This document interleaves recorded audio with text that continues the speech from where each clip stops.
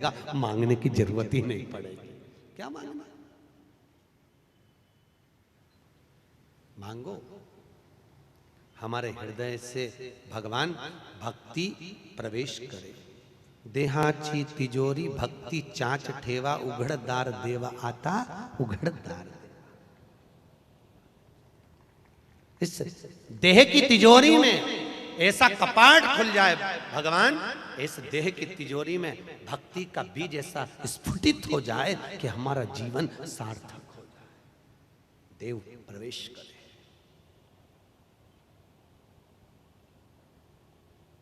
देह में प्रवेश परमात्मा का,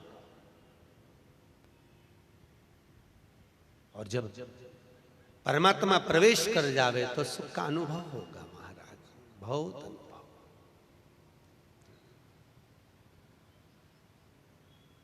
दुनिया के लोग पूछेंगे जो तुम इतना मुस्कुरा रहे हो क्या गम है जिसको छुपा रहे हो। याद रखना, संतों के पीछे दुनिया के लोग ना धोखे पड़े रहे। मीराबाई को अपशब्द कहा, नामदेव जी को लोगों ने ताने दिए, तुकाराम जी को लोगों ने अपशब्द कहे, संत ज्ञानेश्वर जी के लिए लोगों ने अपशब्द कहे। परीक्षा लेने के लिए वो सिंह पर बैठकर हाथ में सांप का कोड़ा लेकर आया, संत ज्ञानेश्वर जी के लिए।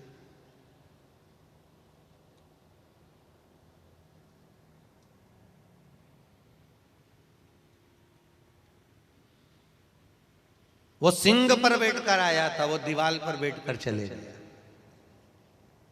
तो जीवित को लेकर आया है, वो निर्जीव को लेकर चले गए। निर्जीव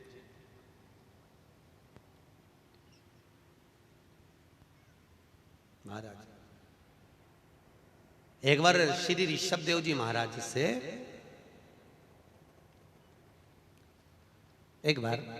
श्री ऋषभ देव जी महाराज से उनके पुत्र श्री भरत जी ने पूछा,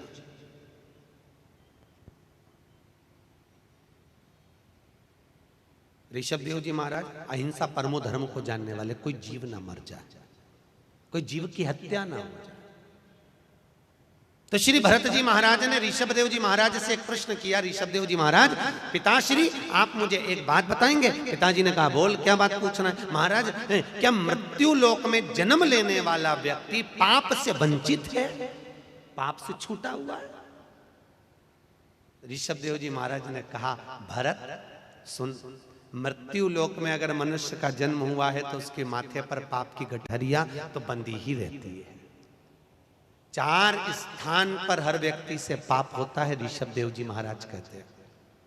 कितने स्थान, जम के बोलो जरा। 4। संत श्री ऋषभ देव जी महाराज सदगुरु परमात्मा मेरा हरि विठ्ठल का स्वरूप श्री ऋषभ देव जी महाराज भगवान नारायण के ही अंश स्वरूप हैं, और वो कहते हैं 4 स्थान पर हर व्यक्ति से पाप होता है। पहला, झाड़ू लगाते समय, बुआरी काटते समय छोटे छोटे जीव मर जाते हैं, उसका पाप माथे चढ़ जाता है। ऋषभ देव जी महाराज ने दूसरा कहा, अग्नि जलाते समय, चूल्हा जलाते समय पतंगे जल जाते हैं, छोटे छोटे जीव जल जाते हैं, उसका पाप माथे चढ़ जाता है। तीसरा, पानी भरते समय, बर्तन धोते समय, स्नान करते समय, कपड़े धोते समय छोटे छोटे जीव मर जाते हैं, उसका पाप माथे चढ़ जाता है। और चौथा, अपन चलकर कहीं जाते हैं तो अपने पांव के नीचे, चप्पल के नीचे, जूतों के नीचे छोटे छोटे जीव मर जाते हैं, उसका पाप माथे चढ़ जाता है। तो भरत जी ने कहा ऋषभ देव जी महाराज से, पिताजी आप कहते हो कि 4 जगह पर व्यक्ति के मस्तक पर पाप की गठरिया बंधी होती है, हर व्यक्ति पृथ्वी पर जन्म लेने वाला व्यक्ति पापी होता है, उसके माथे पर पाप बंधा होता है, तो फिर यह पाप समाप्त कहां होता है। इस पाप को खल्लास करना है, समाप्त करना है, तो फिर हम जाएं तो जाएं कहां। इस पाप को हम कैसे समाप्त करेंगे। पाप क्या व्रत से समाप्त हो जाएगा, पाप क्या मंदिर जाने से समाप्त हो जाएगा, पाप जपे तो समाप्त होगा तो होगा कैसे। तो कहा अगर पाप को समाप्त करना है तो ऋषभ देव जी महाराज कहते हैं जहां सत्संग हो रहा हो, जहां भजन हो रहा हो, जहां कीर्तन हो रहा हो, जहां प्रवचन हो रहे हो, जहां नाम जाप चल रहा हो, उस पंडाल में तू प्रवेश कर जा। जैसे ही पंडाल में जाएगा, जैसे चप्पल बाहर रह जाती है, उसी तरह हमारा पाप निकलकर बाहर चले जाता है और हम निर्मल मन से कथा कर सो पान कर लेते। ऋषभ देव जी महाराज, पाप बाहर। इसीलिए तो बीच बीच में हम लोग कहते हैं कि कथा चलते में बीच में उठ के घर नहीं जाना चाहिए। सुना कि नहीं सुना? संत लोग कहते हैं ना, कथा के बीच में घर मत जाओ। क्यों नहीं जाओ? क्योंकि तुम सब कथा में आए, अब इतने सारों का पाप दरवाजे पे खड़ा खड़ा इंतजार कर रही है, कब बिमला भाई आए, कब मैं इसके सिर पे वापिस जाऊं, कब भेरू आए ना, कब मैं इसके सिर पे वापिस जाऊं। अब ना बिमला भाई आई ना भेरू सिंह आया, अब करे तो करे क्या? तो एक किसी के घर से बुलाने आ गए, सारों का पाप एक ही के सिर पे चढ़ गया, घर चले गया। और अपन इसलिए कहते हैं कथा में जाओ, सत्संग में जाओ, तो कथा जब पूरी हो जाए और महाराज जी बोलते हैं ना, आप लोग परिक्रमा करते घूमते, आरती होने के बाद कर्पूर गौरम कर्णावतारम सतारतारम भुजंगारम। अब जब तुम परिक्रमा करते हो कर्पूर गौरम होने के बाद, तो तुम यही देखते हो कि ताली बजा बजा के करते कि नहीं करते, कि हमारे पास में और कहीं का पाप और भी चिपका हो तो परिक्रमा करने से और निकल जाए चारों तरफ बाहर, फिर अपन अपने घर पर जाए। और मान लो कोई उठकर गया ही नहीं है, तो इतनी देर में कथा सुनते सुनते, सत्संग भजन करते करते वो पाप भी जलकर भस्म हो जाता है महाराज, पाप जलकर भस्म। सत्संग में जाना जरूरी है। आप लोगों ने अपनी अड़ोसन पड़ोसन धड़ोसन से कहा कि नहीं कहा? अरे बोलो तो, क्या कहा? क्या कहा? बोला था पोलियो की दवाई पीने चल, बोलना था। आओ सत्संग। पति से कहा कि नहीं कहा? अरे बोलो तो, कहा कि नहीं कहा? कहा था। और अब जाके पूछना तुम किसके लिए कमा रहे हो, पूछना जरूर किसके लिए कमा रहे हो, पूछो। वो कहेगा तुम्हारे लिए, बच्चों के लिए। पूछो, इतनी कमाई कर रहे हो तो भी 2 रोटी प्रेम से खा नहीं पा रहे हो। जो ज्यादा धन को जोड़ता जाता है, बीमारियों में घिरता चले जाता है। कई लोगों के हम शादी में जाते हैं, कई लोगों के यहाँ जाते हैं, तो शादी में गेट पर, जिसके यहाँ शादी होती है ना, अरे बोलो तो सही है कि गलत है, गेट पे खड़े होते हैं कि नहीं होते? यहाँ होते हैं, खड़े होते हैं, हाथ जोड़ के, आओ सा, आओ सा, आओ सा, वेलकम वेलकम। तो जो दरवाजे पर खड़ा होता है ना, उसको देखकर हमको बड़ी दया आती है, बड़ी दया। हमने मन में सोचते हैं, बताओ अंदर रसगुल्ला बनाया, जलेबी बनाई, मालपुआ बनाया, पूरन पोली बनाई, ढेर सारा अमरस ने, कचौड़ी ने, पकौड़ी ने, ये सामग्री ने, मक्खन बड़ा ने, बालूशाही ने, इमरती ने, जलेबी, ढेर सारा बनाया।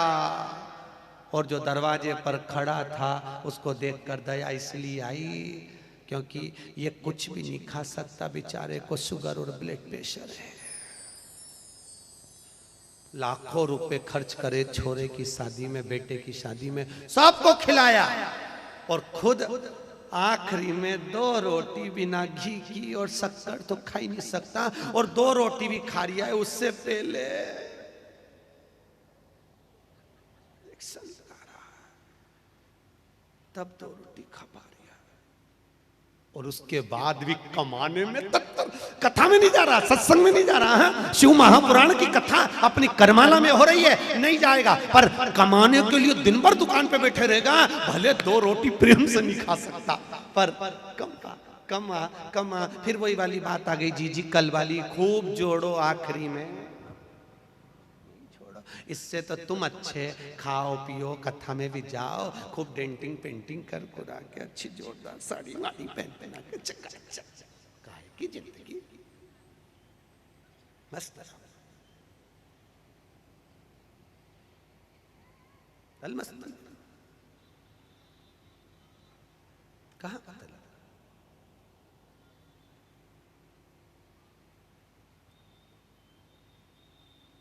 जब दांत रहते हैं तब चने नहीं मिलते। क्या नहीं मिलते? चने। जब चने मिलते हैं सोफा सेट गायब, तब चने मिलते। चने नहीं। जब चने हैं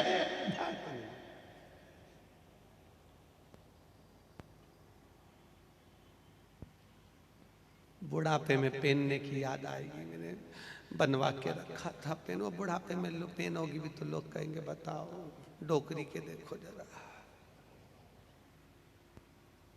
कहाँ गजब ढाने जा रही है, कहाँ जाए। भजन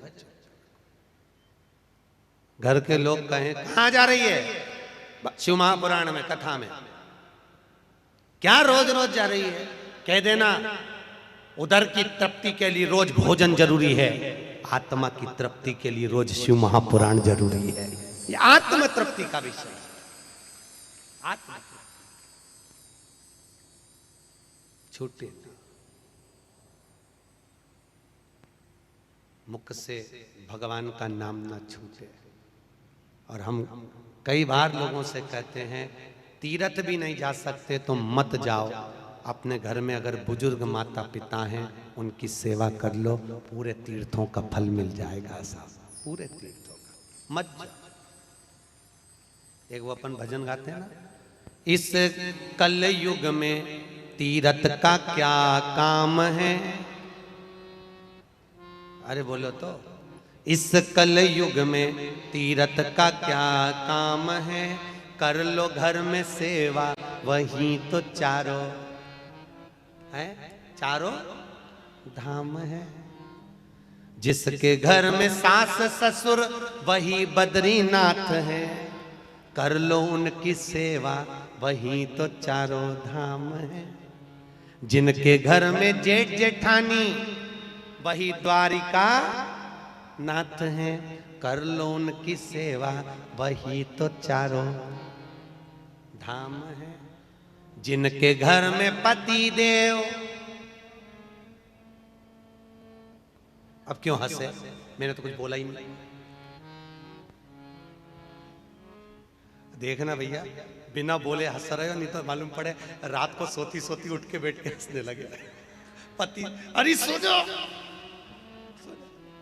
अब पति भी बेचारा चिंता में पड़ जाए, जब से शिव पुराण में गई है पगला गई है, बावरी हो सुधी नहीं। कि जिसके घर में पति देव वही जगन नाथ हैं, कर लो उनकी सेवा। गला नहीं, कर लो उनकी सेवा यही तो चारों धाम है। और कितनी सुंदर बात इस भजन की है, ध्यान रखना। जिसके घर में सुलक्षण नारी, कौन सी नारी? सुलक्षण।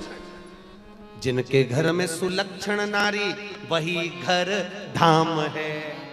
और जिसके घर में चंद्र घंटा, फिर तो वो घर नहीं हो सकता। कुरुक्षेत्र का मैदान,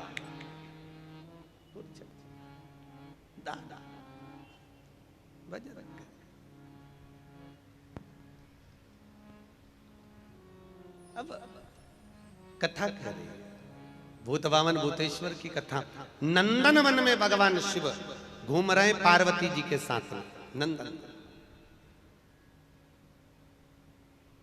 और नंदन वन में घूमते घूमते भगवान शंकर पार्वती के साथ में जब भ्रमण कर रहे थे, माता पार्वती शिव दोनों चलते चलते भगवान के हृदय चित्त से एक तेज पुंज निकला, हृदय चित्त से।